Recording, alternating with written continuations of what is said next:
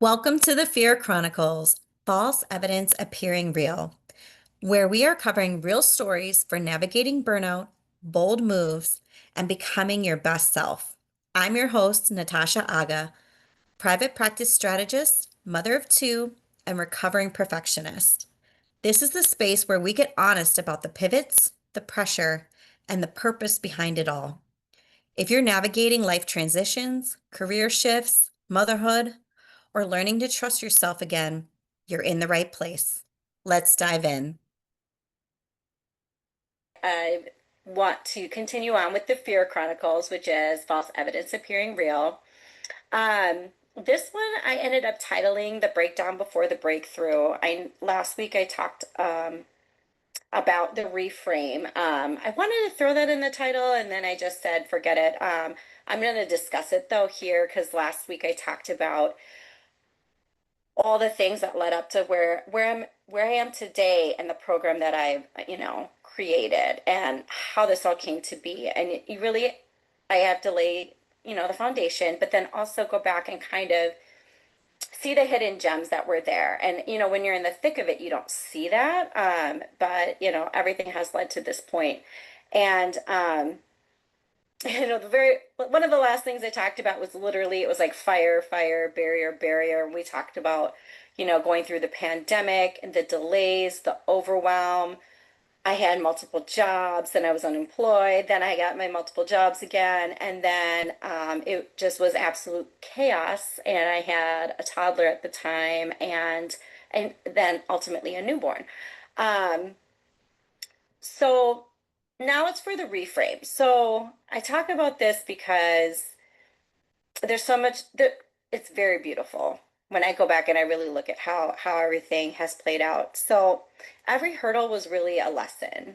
Um, and going from practicalities to everything that's happened, like with my inner journey as well. But so going to my practice itself. So I trialed a whole bunch of different EHR systems. I picked one that I thought was the most user friendly that I liked, was like kind of all inclusive type platform, but I didn't really know how to use it. So I had to learn. So I taught myself, which took time. Um, I didn't know how to do insurance credentialing and had shopped around. And then I decided I had to just learn how to do it. So I did, and which also took quite a bit of time. Um, I, at one point in my business, did end up hiring independent contractors, not the biller that quit, that's completely different, but in the scope of my mobile private practice. And I had hired and fired and hired again, which were all learnings for me, to figure out again what the actual right fit looked like. And so those were all big learnings for me. And then also creating templates and systems and processes for my practice and my mobile business. And ultimately, they were not easy to do or to create and also very time consuming. But I really didn't have a choice because ultimately, yes, I had some independent contractors for service-based things. I was still a one-woman show when it came to everything on the back end and the admin of my practice. So I really had to create those to make things make sense and to kind of and to wear all the hats and do all the things. So everything took way longer, pandemic or not, it didn't matter. Like these things were all time intensive in themselves. So um, there were definitely tears. There was a lot of frustration, but I did all the things, right? And all those experiences made me the person I am today, the consultant I am today, and the coach and mentor and strategist that I am today. So in the thick of it, I couldn't see more than like 2 feet in front of me. And that's because I felt like I was operating in a constant state of lack. So it was lack of time, it was lack of energy, and lack of results, really lackluster results, right? I wasn't where I wanted to be or where I thought I would be at that point in time. And personally, inside, like I was struggling, but then it was destroying my relationships, especially at home. I was short-tempered. I was very irritable and completely drained. I had absolutely no energy. It didn't matter how much sleep I got. It didn't matter how well I ate. It didn't matter. I was completely drained. And it wasn't enough. And that's where I really hit, I don't want to say rock bottom, but where I hit my lowest point where I was just done and enough was enough. And so I was done. I didn't want to stay stuck. I felt very stuck in the situation I was in, whether it was within my practice, within my life, where I was with two young children and working all these jobs. And, this isn't what I envisioned for myself. So I decided I wasn't going to be stuck. I decided that I wasn't going to let this burnout define me because at this point in time, I was in full blown, very aware of I am in burnout and this is not great and I need something different because everything's burning around me and I don't see a way out. Um, and the only way that I was going to figure out a better way was to do it. I was like, this is it. How I'm doing things is not working. So, and ultimately, as I progress on this journey, but I'll get to that next time, I I wanted to do the same for others because the whole journey itself became long, but a lot of lessons learned. So once I committed to that, finding that solution, it started to show up. Maybe not instantly, but as I began to do the work and really shift my perspective on how I was going to approach all the things, everything really started to show up where I could see things a lot more clearly. I had a lot of clarity, piece by piece. I rebuilt, if we talk specifically about my practice, I rebuilt it from the inside out because the foundation was faulty from the start. And you don't know what you don't know. So I rebuilt it from the inside out. And now, fast forward to now, I help other private practice owners do the same without the years of pain and struggle, the procrastinating, and just all the added years of burnout and stress and energy and the toll that it took on my body, my family, and all the things. Like that's time that essentially I'll say lost in quotes. It's time, all the lessons again were very beautiful. So it those needed to happen to get where I am today, but my mission is for to help others so that they don't have to go through the years and years of hardship, struggle, tears, all of the things, and, with the detriment of their relationships. That's my mission. So that's what I get to do today, and that is what, brings me such joy. So, as always, I like to end with some reflective questions, which ponder. So, because these are all things that I've mentioned along the last few episodes of, I've asked myself this or I've mentioned it. So, have you ever felt like you were drowning in your own business? I use fire a lot.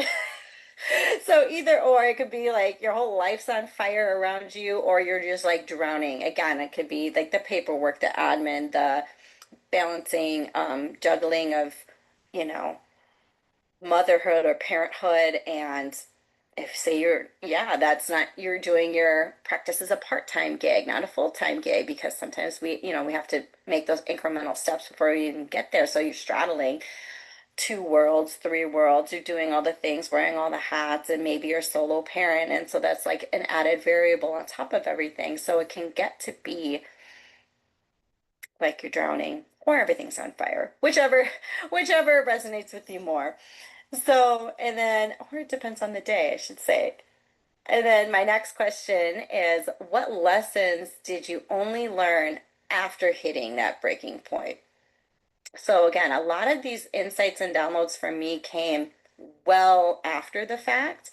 Um, but next time I'll talk about the actual journey out. and the discoveries I made out of that burnout state, and really how I rebuilt my practice from the inside out, because all of that is truly important. Yes, the struggle is, but also the steps that I took and the lessons that I learned along that journey that got me here today. So we'll talk about that next time. And then the last question is, what would you change if you chose to stop pushing through and started building in a new way? So for me, that was many changes. I can't say just like one. I had to stop doing a lot of things and reinvent ways to do. And this is all across the board. So not even in my practice, but kind of how how I how I approached life and how I was showing up as a parent and how I was showing up as a friend and as a practice owner and a clinician, and even when I was still working in several different jobs as, a staff therapist, right? So there's all different ways that I changed how I was showing up. And it really had a lot to do with my perspective, but then also actionable things that I did differently and how I set my days up and going forward, which I'll talk about in another episode. So if this again resonates with you, I would love to help you start turning your breakdown into a breakthrough. So I talk about breakthrough a lot because I really feel like that's like the best descriptor of this journey from burnout to breaking through that, because it's like an onion. There's so many layers to it. It's just not a one change. It's not a one thing. It is so many different things that play into how we operate, that, again, when we get that tunnel vision, we have our blinders on, we don't necessarily see that. So um, you kind of have to take not one, but maybe a few steps back to see the big picture and how everything is interconnected. So I'd love to help you do that. And as always, I invite you to take the practice breakthrough assessment. You can DM me breakthrough, you can comment, you can shoot me an email. It doesn't matter. I will answer and I'll send you the link. Again, it's like a personalized roadmap with a questionnaire that you fill out, send to me. And what I do is I provide that customized feedback with a video, a recorded video, a scorecard, and then if you would like, then also a phone call as well to kind of discuss things further, but with actionable steps to get you from, breakdown to breakthrough. It's really probably the quickest way if you want some more immediate results, is to do it that way through the my practice breakthrough assessment. So I will be on again next week. I haven't decided exactly what I'll talk about, but it will be the journey out. I'm not sure again how many episodes I'm doing so far. So that is to be determined because I don't want these to be too long, but I also don't want to have 1,000 episodes. It won't be 1,000, but I don't want to have that many episodes either. So work in progress. But just know you don't have to keep doing this alone. And I hope that, me sharing my journey helps even one person. But just know I've got you. You can DM me, you can ask questions. I'm happy to help. See you next time.